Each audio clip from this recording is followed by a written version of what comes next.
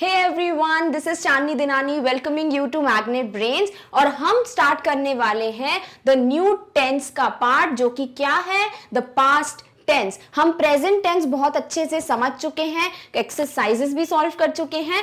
अब हम करेंगे उसी तरीके से पास्ट टेंस की बात, जिसमें पहला पार्ट क्या है, सिंपल पास्ट और पास्ट इंडेफिनिट टेंस। फिर हमें देखना है कि where do we use simple past tense, यानी इस सिंपल पास्ट या इसे आप इंडेफिनिट पास्ट टेंस भी कहते हैं, इन्हें हम कहां पे यूज करते हैं। और फाइनली फिर हम क्या करेंगे, we will form the structure of past indefinite tense. कौन कौन से सेंटेंसेस के लिए, पॉजिटिव, नेगेटिव एंड इंटेरोगेटिव। तो चलिए बिगिन करते हैं with what do we mean by simple past tense or past indefinite tense. The past tense refers to event that have happened in the past. इस tense में क्या बता रहे हैं हमको, past यानी टाइम जो है वो क्या है, पास्ट का है, भूतकाल का है, जो ऑलरेडी बीत चुका है। तो इस टेंस में हमें ये पता चलता है कि जो एक्शन या वर्क है वो पास्ट में हुआ है, जो ऑलरेडी टाइम बीत चुका है। तो क्या बोल रहे हैं कि ये जो है उन इवेंट्स यानी उन घटनाओं को, उन एक्शंस को बताते हैं जो पास्ट में हो चुके हैं। और क्योंकि इनडेफिनिट आ गया तो एग्जैक्टली नहीं पता चलेगा कि कितने समय में वो काम जो है पूरा हुआ था। तो इनडेफिनिट यानी सीमित समय हमको नहीं पता। चलिए क्वेश्चंस, एग्जांपल्स देखते हैं। आई कैंसल्ड माय मीटिंग, मैंने अपनी मीटिंग कैंसिल कर दी थी। तो हमने क्या किया है, मीटिंग को कैंसिल कर दिया था, पर कितनी देर में किया, कब किया, किस दिन किया, कुछ पता चल रहा है नहीं। तो एग्जैक्टली सिर्फ इतना पता चल रहा है कि ये जो है पास्ट में हुआ है। तो पास्ट में ही मीटिंग का कैंसिल होना, जो एक नॉर्मल स्टेटमेंट है, वही बताता है हमको past indefinite tense. Next example, she ate an apple. Ate क्या है, ईट को हम पास्ट में यानी सेकेंड फॉर्म में एट बोलते हैं। तो शी एट एन एप्पल, उसने एप्पल खा लिया है। ठीक है, तो एप्पल खा चुकी, वो पास्ट में खाया होगा, कितनी देर में खाया, कब खाया, वो पता चला नहीं। तो क्या हुआ, past indefinite tense. Next, we played basketball, हमने बास्केटबॉल खेला था। क्या किया था, बास्केटबॉल खेला था। कल खेला, परसों, पिछले साल, लास्ट मंथ, कुछ पता चला नहीं। कितनी देर खेला पता चला नहीं। बस क्या पता चला हमको कि ये जो है वो काम हो चुका था, यानी पास्ट की बात हो रही है। तो past indefinite tense. Next, they watched the match, उन्होंने मैच देखा था, यानी वो मैच देख चुके हैं, कब, पास्ट में, पहले देखा था, कब देखा नहीं पता। तो ये हो गया इंडेफिनिट और एक्शन पास्ट में है, इसीलिए पास्ट इंडेफिनिट टेंस। तो क्लियर हुआ, पास्ट जो है टाइम बता रहा है कि एक्शन पहले हो चुका है, और इंडेफिनिट ये बताता है कि ये एक्शन जो है कितनी देर में हुआ, कब तक हुआ, ये हमको नहीं पता चलता। जनरली काम हो चुका था, बस वो हमको कौन बताते हैं, पास्ट इंडेफिनिट टेंस बताते हैं। Where do we use simple past और past indefinite? कहाँ यूज करते हैं हम इनको, इन्हें हम यूज करते हैं action that happened in past में, यानी जो भी काम, जो भी एक्शन पास्ट में हुए हैं, बस वही हमको बताते हैं पास्ट इंडेफिनिट टेंस। जैसे इंडेफिनिट प्रेजेंट में क्या बोला था, एक्शन जो हम प्रेजेंट में बताते हैं, तो उल्टा क्या हो गया, एक्शन जो पास्ट में हुए थे।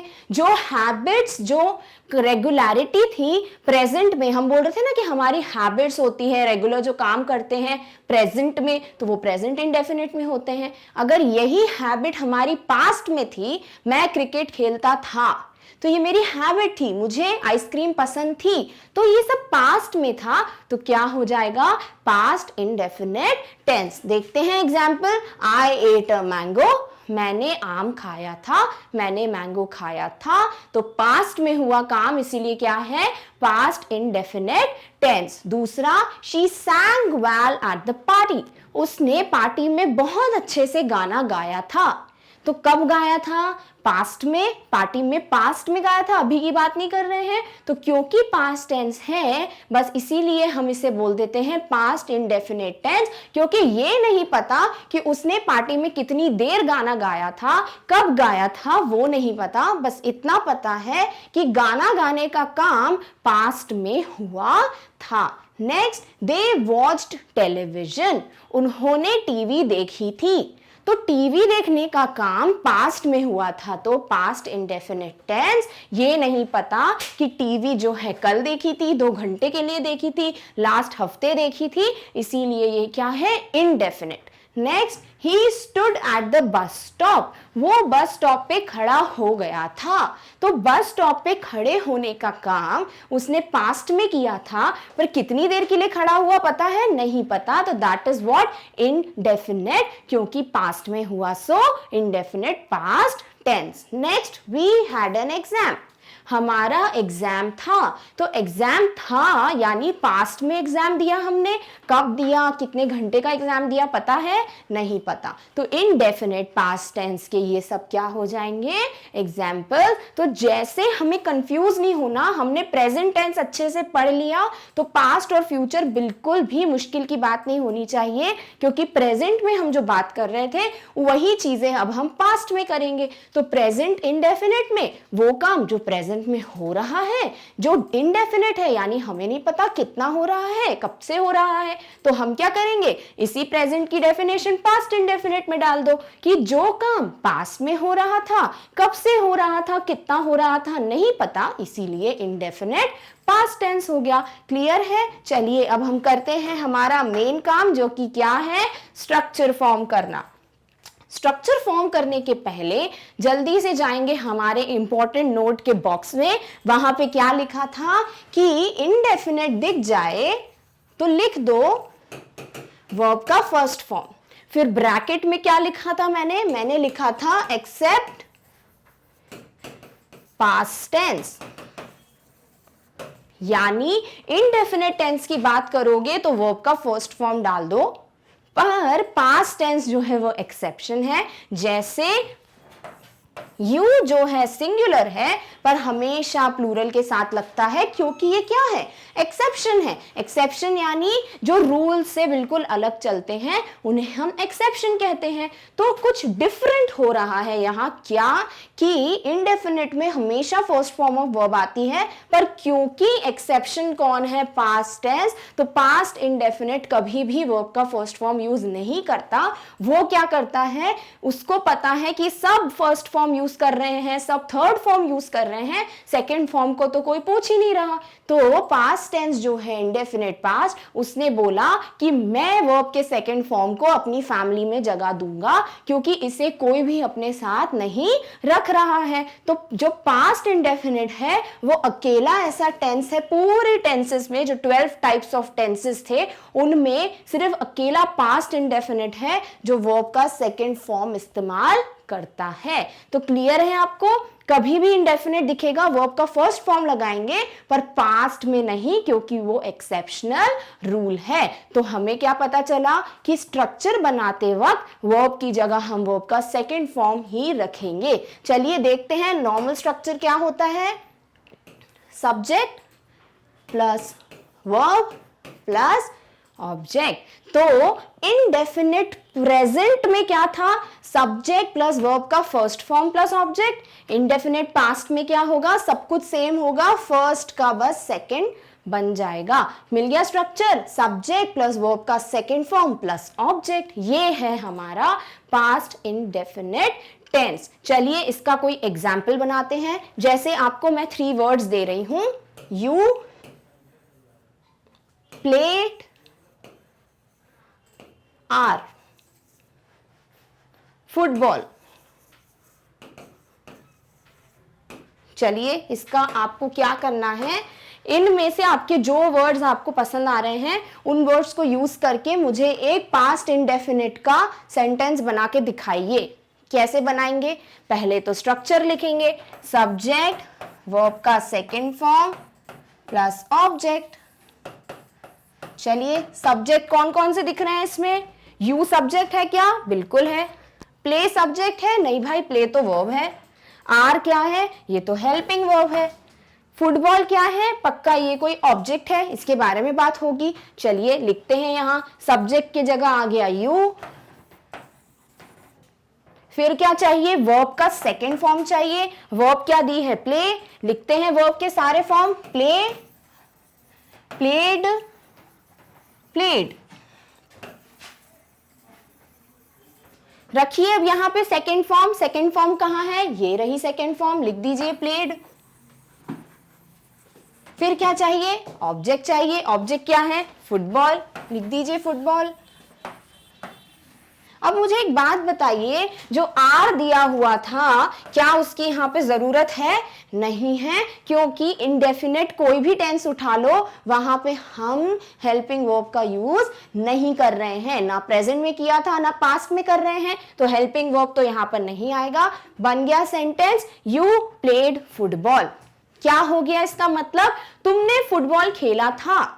कब खेला था? कितनी देर खेला बताया मैंने? नहीं बताया। तो क्या हुआ? इंडेफिनिट। खेला था, प्लेड सेकेंड फॉर्म, तो क्या हो गया बच्चों? ये हो गया past indefinite tense. Very easy. चलिए एग्जाम्पल से समझते हैं। She finished all the exercises. She क्या हुआ? सब्जेक्ट। फिनिश्ड क्या हुआ? फिनिश्ड हुआ फिनिश का सेकेंड फॉर्म, क्योंकि फिनिश, फिनिश्ड, ये होते हैं हमारे तीनों फॉर्म्स ऑफ वर्ब। तो हमारा जो सेकेंड फॉर्म है वो हो गया फिनिश्ड, ये हो गया वर्ब का second form. All the exercises, सारी की सारी एक्सरसाइजेस उसने फिनिश कर ली थी, तो हो गया इंडेफिनिट पास्ट, ये है हमारा ऑब्जेक्ट। क्लियर है? चलिए नेक्स्ट देखते हैं। He bought a new car. He subject, bought क्या है भाई? बॉट यानी जो बाय हम बोलते हैं, खरीदना, बाय, इसका होता है सेकेंड फॉर्म बॉट, तो ये हो गया सेकेंड फॉर्म। थर्ड फॉर्म भी क्या होता है? बॉट। तो बाय, बॉट, बॉट, ये हो गया सेकेंड फॉर्म। लिख दिया यहाँ पे हमने, बिल्कुल सही है। नेक्स्ट क्या चाहिए आपको? आपको चाहिए ऑब्जेक्ट, वो है हमारी कार। उसने न्यू कार खरीदी थी। ठीक है, कब खरीदी? कितने महीनों के लिए खरीदी? कौन से कलर की खरीदी? कुछ पता चला? नहीं पता चला। बस कार खरीदी थी, पास्ट है और इंडेफिनिट है। हो गया हमारा एग्जाम्पल, स्ट्रक्चर भी फॉलो हो रहा है। Next example, he came to the school. He यानी सब्जेक्ट, केम क्या हुआ भाई? ये तो हम पढ़ चुके हैं, यहां लिख लेते हैं come, came, come. First form, second form, third form. Came क्या होता है? सेकेंड फॉर्म ऑफ कम यानी आना। He came to the school, came हो गया वर्ब का second form, to the school हो गया ऑब्जेक्ट ऑफ द सेंटेंस। वो स्कूल आया था। किस दिन आया? नहीं पता, इसीलिए इंडेफिनिट, और ये पास्ट में हो रहा है, इसीलिए past indefinite tense. Last example, he met his wife. वो अपनी वाइफ से मिला था, पास्ट में हो रहा है, और कब मिला, कितनी देर के लिए मिला, कुछ नहीं पता, तो इंडेफिनिट। और मीट, मेट क्यों आया? क्योंकि जो मीट होता है, मीट, मेट, मेट, ये होता है मीट यानी मिलने का सेकेंड फॉर्म मेट। तो ये हो गया सब्जेक्ट, मेट हो गया वर्ब का सेकेंड फॉर्म, हिज वाइफ हो गया ऑब्जेक्ट। क्लियर हुआ कि हमें क्या करना था? इनडेफिनेट प्रेजेंट टेंस क्लियर हो गया था, उसमें बस वर्ब की फॉर्म चेंज की। क्या किया? फर्स्ट फॉर्म को सेकेंड फॉर्म में चेंज कर दिया। मिल गया हमको हमारा indefinite past tense positive sentence का स्ट्रक्चर। नेक्स्ट क्या करेंगे? नेक्स्ट बनाएंगे नेगेटिव का। चलिए बनाते हैं। नेगेटिव में आपको क्या करना पड़ता है? नेगेटिव में आपको दो चीजों का ध्यान रखना पड़ेगा। पहला कि N for negative, N for not. Not कहां लगाते हो? नॉट लगाते हो हेल्पिंग वर्ब के बाद, यानी नेगेटिव की बात हो गई तो पहले नॉर्मल सेंटेंस बनाएंगे, सब्जेक्ट, वर्ब का सेकेंड फॉर्म, ऑब्जेक्ट। ये हमारा नॉर्मल स्ट्रक्चर चल रहा है। अब इसमें आपको क्या चाहिए? आपको चाहिए एक नॉट का जगह। नॉट कहां लगता है? हेल्पिंग वर्ब के बाद। पर क्या हेल्पिंग वर्ब दिख रही है? नहीं दिख रही। तो हम क्या करते हैं, यहां पर डिड का यूज करते हैं एज हेल्पिंग वर्ब, क्योंकि जब टू डू की फैमिली पड़ी थी, किसकी फैमिली, टू डू की फैमिली, जिसमें डू, डज और डिड थे, उसमें हमने देखा था ये दोनों तो प्रेजेंट की बात करते हैं, पर डिड जो है वो पास्ट की बात करता है। पढ़ा था हमने, तो डिड कहां जाएगा, पास्ट टेंस में आ गया, क्योंकि हमें नॉट हमेशा हेल्पिंग वर्ब के बाद लगानी है, तो हेल्पिंग वर्ब तो लेके आओ, और हमें पता है पास्ट के लिए हेल्पिंग वर्ब डिड होती है। लिख दिया subject plus did plus not, फिर हमने क्या किया, वर्ब का फर्स्ट फॉर्म रखा। ऐसा क्यों, क्योंकि कभी भी किसी सेंटेंस में वर्ब के एक जैसे फॉर्म एक साथ नहीं आ सकते। जैसे वर्ब का फर्स्ट फॉर्म 2 बार नहीं आ सकता, सेकेंड फॉर्म एक साथ नहीं आ सकते, थर्ड फॉर्म एक साथ नहीं आ सकते। तो भैया यहाँ पे सेकेंड फॉर्म फिर है कौन, क्योंकि जो डिड है वो डू का सेकेंड फॉर्म होता है। लिखिए do, did, done. Do did क्या होता है, डिड होता है सेकेंड फॉर्म ऑफ डू, और वही हमारी हेल्पिंग वर्ब है। तो हम ऑलरेडी वर्ब का सेकेंड फॉर्म यूज कर चुके हैं, सब्जेक्ट प्लस डिड, नॉट लगेगा हेल्पिंग वर्ब के बाद, फिर हमें चाहिए वर्ब। तो हम क्या करते हैं, पास्ट को बोलते हैं कि तुमको सेकेंड फॉर्म ऑफ वर्ब को अपनी जगह देनी थी, तुमने दे दी डिड के फॉर्म में। अब जैसे बाकी इंडेफिनिट टेंस वर्ब के फर्स्ट फॉर्म को यूज करते हैं, तुम भी प्लीज वर्ब के फर्स्ट फॉर्म को यूज कर लो। पास्ट ने बोला ठीक है, मुझे सिर्फ सेकेंड फॉर्म चाहिए था, वो आपने मुझे डिड के फॉर्म में दे दिया, कोई दिक्कत नहीं है, मैं बहुत खुश हूं वर्ब के फर्स्ट फॉर्म के साथ। तो क्या होता है, सिर्फ इनडेफिनिट पास्ट जो होता है उसके पॉजिटिव में ही वर्ब का सेकेंड फॉर्म यूज होगा, बाकी हर जगह आपको फर्स्ट फॉर्म ही देखने को मिलेगा इनडेफिनिट टेंस के स्ट्रक्चर्स में। तो अब हम फाइनली स्ट्रक्चर बनाते हैं, क्या होगा, सब्जेक्ट, फिर हमें कोई हेल्पिंग वर्ब चाहिए। क्यों चाहिए भाई, क्योंकि उसी के बाद तो नॉट लगेगा, फिर चाहिए होता है वर्ब, फिर चाहिए होता है ऑब्जेक्ट। रख देते हैं कौन कौन से, सब्जेक्ट वैसा का वैसा, हेल्पिंग वर्ब हम डिड यूज कर रहे हैं, फिर नॉट लगाएंगे क्योंकि नेगेटिव की बात हो रही है, फिर हम लगाएंगे वर्ब का फर्स्ट फॉर्म क्योंकि डिड जो है वो खुद वर्ब का सेकेंड फॉर्म है, प्लस ऑब्जेक्ट। बन गया हमारा नेगेटिव का स्ट्रक्चर। चलिए कुछ एग्जाम्पल्स करते हैं। She did not finish all the exercises. उसने सारी एक्सरसाइजेस फिनिश नहीं की थी, तो नहीं आ गया, नॉट आ गया, तो इसीलिए नॉट जो है वो हेल्पिंग वर्ब के बाद आएगा। लिख दिया डिड के बाद नॉट, और इसके बाद आएगी वर्ब की फर्स्ट फॉर्म, तो लिख दिया फिनिश। क्लियर हो गया आपको नेगेटिव। फिर दूसरा करते हैं, चलिए सेंटेंस पॉजिटिव लिख लेते हैं पहले। He bought a new car, ये था हमारा positive sentence of indefinite past tense. चलिए इसको नेगेटिव में चेंज करेंगे, तो क्या करेंगे, सब्जेक्ट ही, लिखेंगे डिड, फिर हेल्पिंग वर्ब के बाद आएगा नॉट, फिर क्या आएगा, वर्ब का फर्स्ट फॉर्म, और बाय जो होता है वो वर्ब का फर्स्ट फॉर्म होता है, क्योंकि बॉट यहां पे दिया है, तो बॉट जो है वो सेकेंड फॉर्म है, बाय जो है वो फर्स्ट फॉर्म है। लिख दीजिए बाय अ न्यू कार, ये हो गया हमारा ऑब्जेक्ट। बन गया क्या ये सेंटेंस, बिल्कुल, he did not buy a new car last week. Clear हुआ। Next, he did not come to the school, हमने क्या बोला था, he came to the school, came क्या था, सेकेंड फॉर्म, क्या करेंगे, did not फर्स्ट फॉर्म यानी come लगा दिया, did helping verb, not n for not, n for negative, come हो गया verb का first form, object to the school। Clear है negative sentence. Last example, he did not meet his wife, क्या था sentence, sentence था he met his wife, right. अब हमें क्या करना है, इसका नेगेटिव बनाना है। सब्जेक्ट तो रख दिया ही, फिर लगाएंगे हेल्पिंग वर्ब, लगा दिया did, N for negative, N for not रख दीजिए। इसके बाद चाहिए वर्ब का फर्स्ट फॉर्म, मीट जो मेट जो है वो वर्ब का सेकेंड फॉर्म है, फर्स्ट फॉर्म होता है मीट, हिज वाइफ हो गया ऑब्जेक्ट। मिल गया हमको नेगेटिव एग्जाम्पल्स किसके, पास्ट इंडेफिनिट टेंस के। तो आपको समझ आया कि हम क्यों यहाँ वर्ब का फर्स्ट फॉर्म और क्यों इंडेफिनिट के पॉजिटिव में वर्ब का सेकेंड फॉर्म यूज करते हैं। चलिए अब इंटेरोगेटिव बनाते हैं। इंटेरोगेटिव में कुछ नहीं करते, हम डायरेक्ट हेल्पिंग वर्ब को सब्जेक्ट के पहले डाल देते हैं। चलिए हम लिखते हैं पहले normal subject, helping verb use होता है डिड इंडेफिनिट पास्ट में, प्लस होता है ऑब्जेक्ट, प्लस यहां होता है वर्ब का फर्स्ट फॉर्म। क्या करते हैं, हम जो हेल्पिंग वर्ब है उसको पहले शिफ्ट करते हैं और ऑब्जेक्ट के बाद क्वेश्चन मार्क ऐड करते हैं, तो हमको इंटेरोगेटिव सेंटेंस का स्ट्रक्चर मिल जाता है। मिल गया, हेल्पिंग वर्ब पहले, सब्जेक्ट बाद में, वर्ब का first form plus object, last में क्वेश्चन मार्क।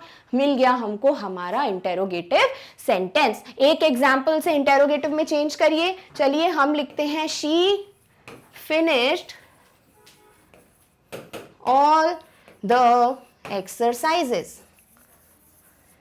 क्या करना है, इसको क्वेश्चन में इंटेरोगेटिव में चेंज करना है। क्या करेंगे भाई, पहले तो लिख लो सब्जेक्ट, वर्ब की कौन सी फॉर्म है, finished, second form, all the exercises है ऑब्जेक्ट। क्या चाहिए हमको, हमको चाहिए इंटेरोगेटिव इन पास्ट इंडेफिनिट। क्या करेंगे भाई, हेल्पिंग वर्ब को फर्स्ट पे शिफ्ट करेंगे। हेल्पिंग वर्ब तो लिखते ही नहीं है पास्ट इंडेफिनिट में, कोई बात नहीं, हमने नेगेटिव में डिड डाला था, यहां पे भी डिड लिख देते हैं। तो डिड आ जाएगा पहले, डिड सब्जेक्ट प्लस वर्ब का फर्स्ट फॉर्म हो जाएगा, तो फिनिश्ड की जगह क्या आएगा, फिनिश ऑल द एक्सरसाइजेस। तो मिल गया क्वेश्चन, क्या मिला, did she finish all the exercises, क्या उसने सारी एक्सरसाइजेस फिनिश कर ली थी। तो ये हो गया हमारा पास्ट इंडेफिनिट इंटेरोगेटिव। नेक्स्ट देखते हैं, did he buy a new car last week, क्या उसने पिछले हफ्ते नई कार खरीदी थी। तो देखिए